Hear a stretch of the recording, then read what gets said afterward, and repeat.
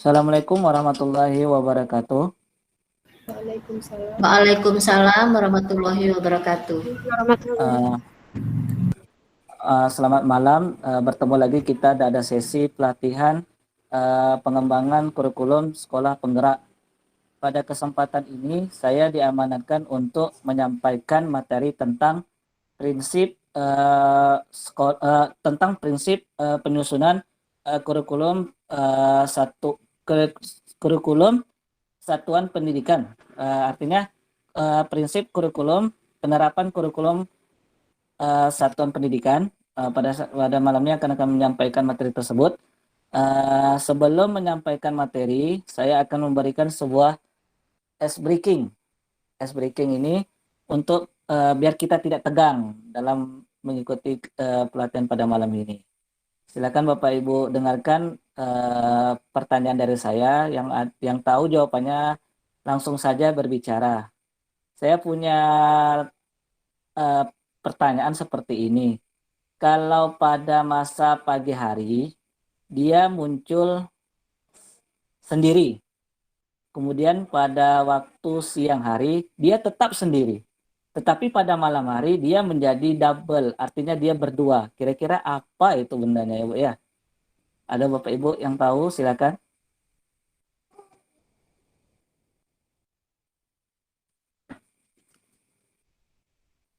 Pagi dia masih sendiri, siang juga dia sendiri, dan pada malam hari dia menjadi berdua.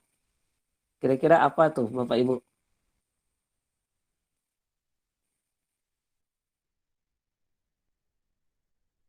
Ada yang tahu Bapak Ibu? Pak Eko, Ibu Sri, Ibu Suryani? Tahu, Pak. Pas saja ya. Biar awak tenang Rasa ya. pernah dengar tapi udah lupa, maklum. Udah lama Bu ya. Udahlah kita jawab aja biar mencairkan suasananya aja Bu. Itu jawabannya adalah huruf A Bu. Kalau pagi dia ada satu, kalau siang dia tetap sendiri, pada malamnya dia menjadi dua malam. Ya kan Bu Sri? Benar-benar, Pak. Ya oke lah. Baiklah, kita lanjutkan aja pelatihannya karena mungkin nanti akan terlalu malam. Saya langsung aja membagikan presentasi saya.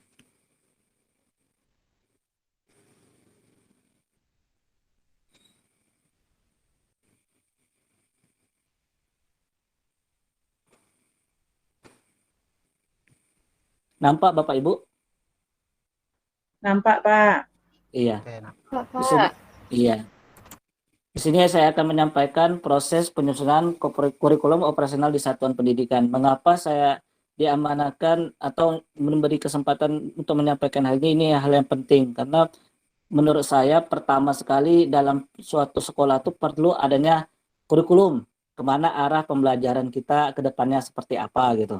Nah, di sini saya akan menjelaskan tentang kurikulum operasional satuan pendidikan dengan khususnya untuk sekolah penggerak. Ini tidak berlaku untuk sekolah yang menggunakan KTSP dan K13. Pertama tentu kita akan melihat dulu kerangka dasar dari penyusunan kurikulumnya.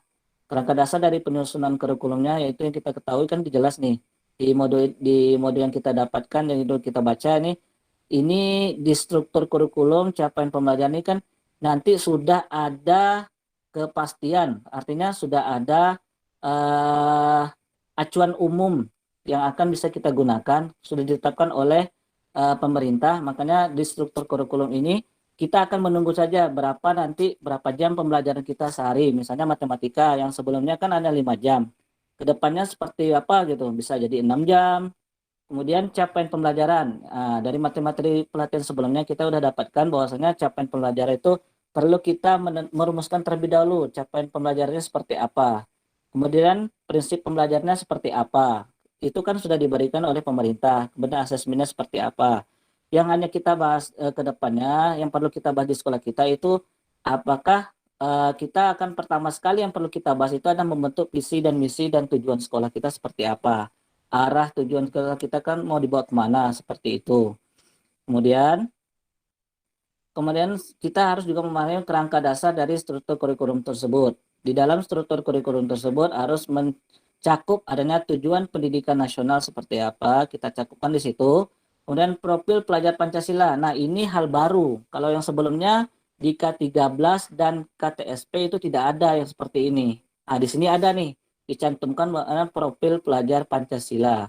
Kemudian standar nasional pendidikan yang ingin dicapaikan, standar nasional pemerintah itu seperti apa. Makanya akan dicakupkan di dalam struktur kurikulumnya.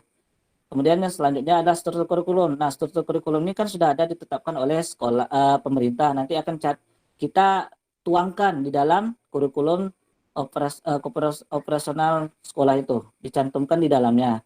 Kemudian prinsip dan asesmen dan capaian pembelajarannya. Baik, selanjutnya.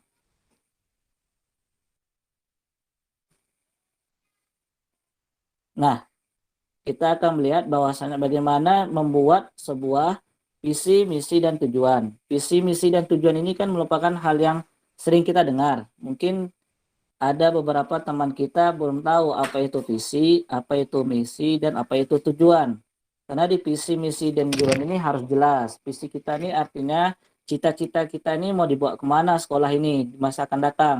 Mau kita bawa ke sekolah yang lebih maju atau hanya diam di situ saja gitu. Kemudian di misinya, misi ini artinya pernyataan bagaimana satuan pendidik untuk mencapai misi, langkah-langkahnya seperti apa. Jadi di visi tadi biasanya itu memiliki panduan bisa 5 tahun, 4 tahun. Nah, visinya seperti itu. Kemudian misi-misinya ini kan berubah sesuai dengan perkembangan zaman dan keadaan. Kemudian yang terakhir itu ada tujuan. Tujuan ini artinya penggambaran hasil dari capaian dalam waktu tertentu. Visi, misi, dan tujuan ini bisa berubah sesuai dengan keadaan sekolah.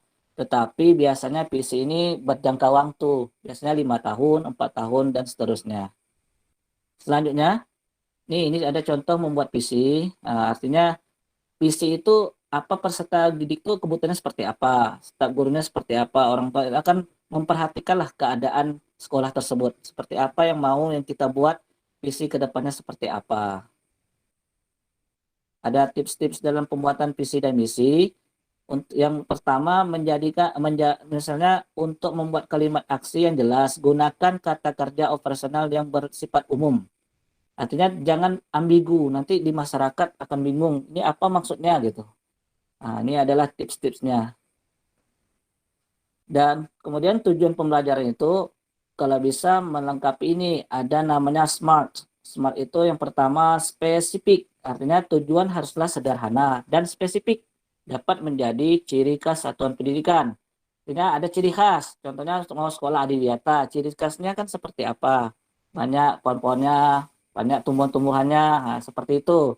Kemudian sekolahnya mau dibuat seperti agamis gitu, berbudaya atau berbudaya Melayu. Nah, jadi itu akan ditonjolkan di sekolah tersebut. Yang kedua ada measurable. Yang measurable ini artinya tujuan harus dapat diukur dan dapat memotivasi agar tercapai. Jangan dibuat saja misalnya 2020 nanti sekolah kita menjadi seperti ini, 2025 sekolah kita akan menjadi seperti ini. Jangan yang membuat visi itu yang luar dari angan-angan gitu. Carilah visi yang bisa kita kerjakan. Kemudian ada namanya achievable. Achievable ini artinya tujuan harus dapat dicapai dan dilaksanakan oleh seluruh warga satuan pendidikan. Jangan aja untuk satu orang, artinya seluruh warga satuan pendidikan itu dapat melaksanakan dari ini nih, dari visi dan misi tadi. Jadi bingung dia apa nih yang mau disampaikan gitu, beda-beda. Kemudian relevan, arti relevan ini tujuannya harus relevan dengan misi, masuk akal. Nah nih masuk akal dia. Jangan yang mengada-ngada gitu. Sekolah kita nanti 2025 bisa membuat mobil. Nah, kan enggak mungkin tuh, Bu. Itu kan SMK tuh seperti itu kan. Kemudian adalah time bound. Time bound ini artinya harus memiliki waktu-waktu yang fleksibel dengan lini masa yang disesuaikan dengan kebutuhan. Oleh karena itu perlu melibatkan semua warga. Artinya ada waktu-waktu tertentu. Tujuannya berapa tahun gitu. Visi kita ini berapa tahun yang kita akan laksanakan. Selain prinsip tersebut, hal lain yang perlu diperhatikan ada ini, Bu. Evaluasi ini evaluasi. Sepertinya ada kegiatan evaluasi dari pelaksanaan tersebut. Misalnya tahun ini sampai mana sih tujuan kita, visi sekolah kita sampai mana, misi-misi kita sampai mana gitu. Adanya evaluasi. Kemudian adanya review, adanya yaitu tujuan secara berkelanjutan. Tujuan itu perlu adanya berkelanjutan. Artinya tujuan tahun ini nanti akan berkaitan dengan tujuan-tujuan tahun-tahun selanjutnya. Jadi ada keterkaitan. Selanjutnya dalam penentuan satuan kita lanjutkan. Nah, ini analisis SWOT, namanya analisis SWOT. Analisis SWOT ini artinya mengidentifikasi keadaan sekolah kita seperti apa. Adanya kekuatan, adanya kelemahan, peluang dan ancaman. Kekuatan ini artinya di dalam. Kekuatan ini kita artikan di dalam kekuatan kita ini seperti apa, guru-guru kita seperti apa, siswa yang ada itu seperti apa. Nah, itu perlu kita ketahui. Kemudian adanya kelemahan. Kelemahan kita di mana? Penggunaan IT atau penggunaan yang lain gitu. Akan perlu juga dianalisis.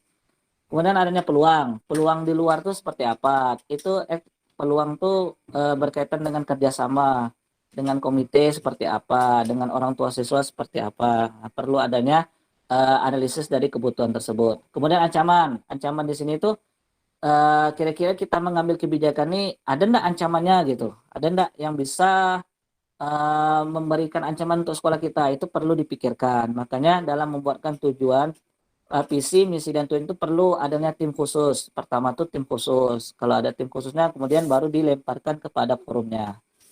Selanjutnya, nah, ada menganalisis kebutuhan untuk mengorganisasikan pembelajaran. Artinya di sini ada perlunya pelajaran tuh. Nih, berikut adalah pilihan cara untuk mengambil data untuk menganalisis kebutuhan satuan pendidikan. Pertama yang dilakukan adalah dengan observasi, mengamati kebutuhan peserta didik. Kemudian kuesioner dibuat untuk berbagai responden dengan pertanyaan yang disesuaikan dengan tujuan dan sasaran yang dibutuhkan. Wawancara untuk mendapatkan data yang secara langsung, bertanya. Kemudian diskusi kelompok. Nah, diskusi kelompoknya dengan mengundang perwakilan dari seluruh warga satuan pendidikan. Baik, nah ini adalah contoh refleksinya. Contoh refleksi analisis kebutuhan. Apa saja kebutuhan peserta didik yang ada di satuan pendidikan, bagaimana kebutuhannya. Kemudian bagaimana kualitas pembelajaran berubah dari waktu ke waktu. Nah, seperti sekarang ini kan kita akan mengubah visi, misi, dan tujuan. Jadi kita perlu memikirkan bahwasannya akan berubah nih nanti nih proses pembelajaran sekolah kita nih. Walaupun di awal ini kan hanya untuk yang kelas 7. Tapi kita harus pikirkan. Dari sekarang lah kita akan berpikir bahwasannya visi, misi, dan tujuan itu akan menggambarkan dari program sekolah penggerak itu seperti apa. Dari sekarang kita akan pikirkan. Kemudian proses dan program apa yang dianggap paling berhasil. Nah, kita pilih-pilih indikator keberhasilan seperti apa. Apakah dilanjutkan, apakah kita stop saja. Kemudian proses dan programnya yang masih perlu dikembangkan. Nah, misalnya kita punya program, misalnya program pada pagi itu mengaji dulu gitu. Apakah perlu dikembangkan lagi? Kita tambahkan yang lain gitu. Nah, perlu pemikiran sejauh itu gitu. Selanjutnya, strategi untuk mengorganisasi pembelajaran. Pertama yang contoh refleksinya, bagaimana cara satuan pendidikan untuk memenuhi kebutuhan tersebut. Nah, ini artinya guru-gurunya tuh cukup apa enggak gitu. Kalau tidak cukup, bagaimana strateginya gitu. Apakah ada nanti guru yang mengajar double? Nah, itu yang perlu dipikirkan juga. Selanjutnya bagaimana contoh lagi dari mengorganisasi pembelajaran, bagaimana caranya agar satuan pendidikan bisa mengembangkan area-area tersebut. Area-area pembelajaran ini di mana dikembangkan gitu.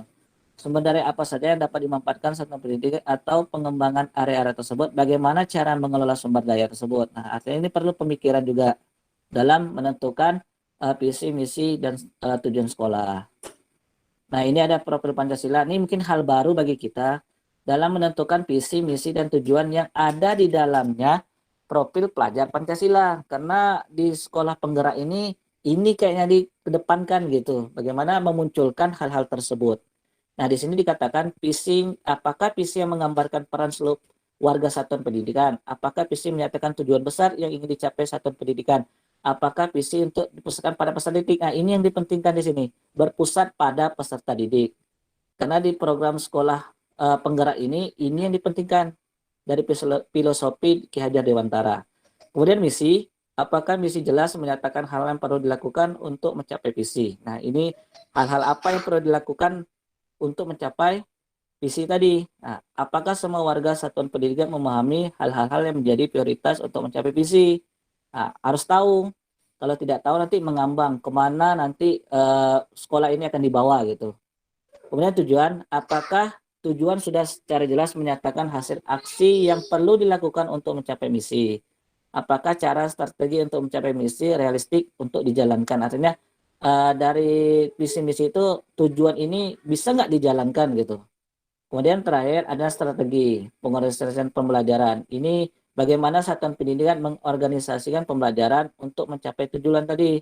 Nah, strategi apa yang perlu dibuatkan gitu. Apa saja faktor yang mendukung strategi tersebut, bagaimana mengoptimalkan faktor-faktor tersebut. Baik, terakhir ini akan digambarkan bahwasannya bagaimana mengorganisasikan pembelajaran satuan pendidikan. Nah, di sini ada beberapa elemen penting dalam pengorganisasian eh, profil pelajar Pancasila dalam satuan pendidikan. Yang pertama kita harus mengetahui adanya interkurikuler. Kemudian adalah proyek penguatan profil pelajar Pancasila seperti apa. Dan yang terakhir adalah ekstrakurikuler. Ekstrakurikuler ini kan di luar dari mata pelajaran. Kalau mata pelajarannya kita kenal dengan intrakurikuler. Dan terakhir adalah budaya sekolah. Budaya sekolah itu seperti apa? Nah, di situ perlu halnya dilakukan untuk menggambarkan penerapan profil pelajar Pancasila di satuan pendidikan. Hal ini hal baru nih. Ini hal baru yang perlu kita buat di kurikulum operasional satuan pendidikan. Nah, prinsip pembelajaran dan asesmen ini perlu juga, tapi di sini asesmen ini kan nanti ke depannya akan dibantu oleh pemerintah juga seperti apa asesmennya. Terus sekarang kan asesmennya belum nampak karena baru dicanangkan. Insya Allah bulan Juli akan nampak tuh bentuk asesmen seperti apa untuk sekolah penggerak ini. Kita hanya sekarang ini merancang bentuk asesmen dan alat bantunya seperti apa. Tapi kalau bentuk nyata konkretnya asesmen itu seperti apa nanti akan ada pemerintah buatkan dan dibuatkan secara web juga sudah ada nanti. Oke, mungkin di sekian pemaparan saya tentang proses penyusunan kurikulum operasional di satuan pendidikan. Nah, bagi Bapak Ibu yang mau bertanya silakan. Ada pertanyaan Bapak Ibu atau dilewatkan saja? Pak Kamal boleh nanya? Ya, silakan Bu Surene.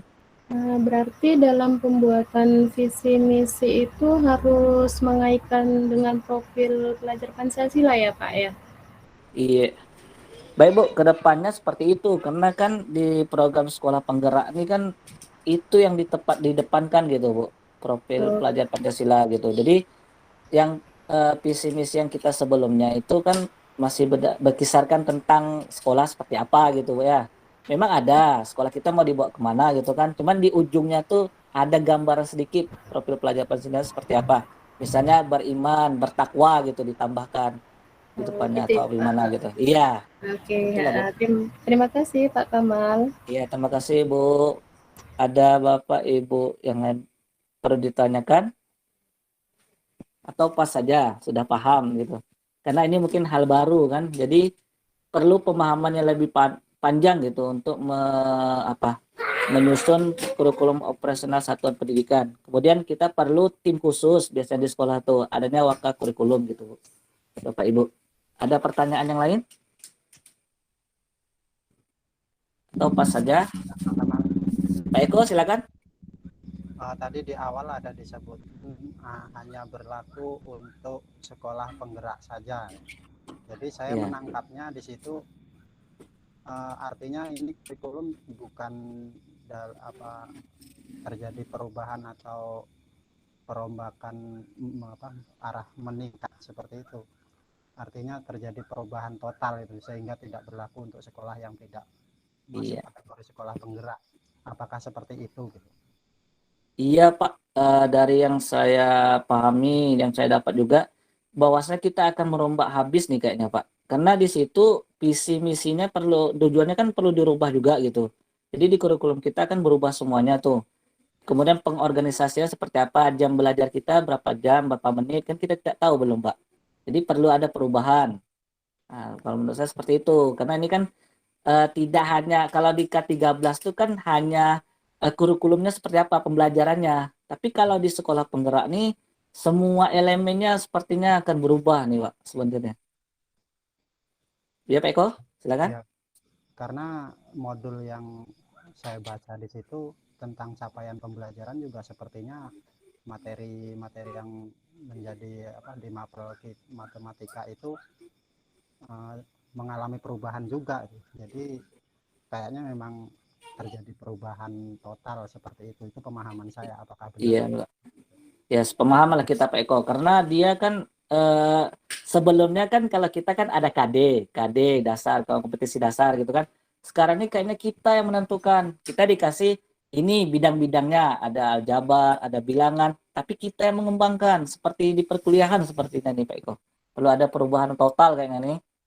Makanya dalam waktu berapa hari ini kan kita menuju ajaran baru nih, tahun ajaran baru. Makanya di dalam 10 hari ini mungkin kerja keras lah untuk membuat yang kurikulum awalnya gitu seperti apa nih Pak Eko. Oke, terima kasih. Ya Pak Eko. Terima kasih Bapak Ibu yang lain, kalau ada pertanyaan pas saja ya Bu, Bapak Ibu. Nah, karena tidak ada pertanyaan. Silakan Bu Sri, ada pas saja Bu Safrida. Pas. Pas, alhamdulillah. Mungkin inilah hasil penyampaian saya untuk kegiatan malam ini. Untuk selanjutnya nanti kalau ada pertanyaan kita akan lakukan di luar jam Google Meet ini Bu, bisa dilakukan WA atau di mana lah gitu nanti pertanyaannya. Mungkin itu aja penyampaian saya malam ini. Mohon maaf atas ada kesalahan. Saya akhiri dengan wassalamualaikum warahmatullahi wabarakatuh. Waalaikumsalam warahmatullahi wabarakatuh.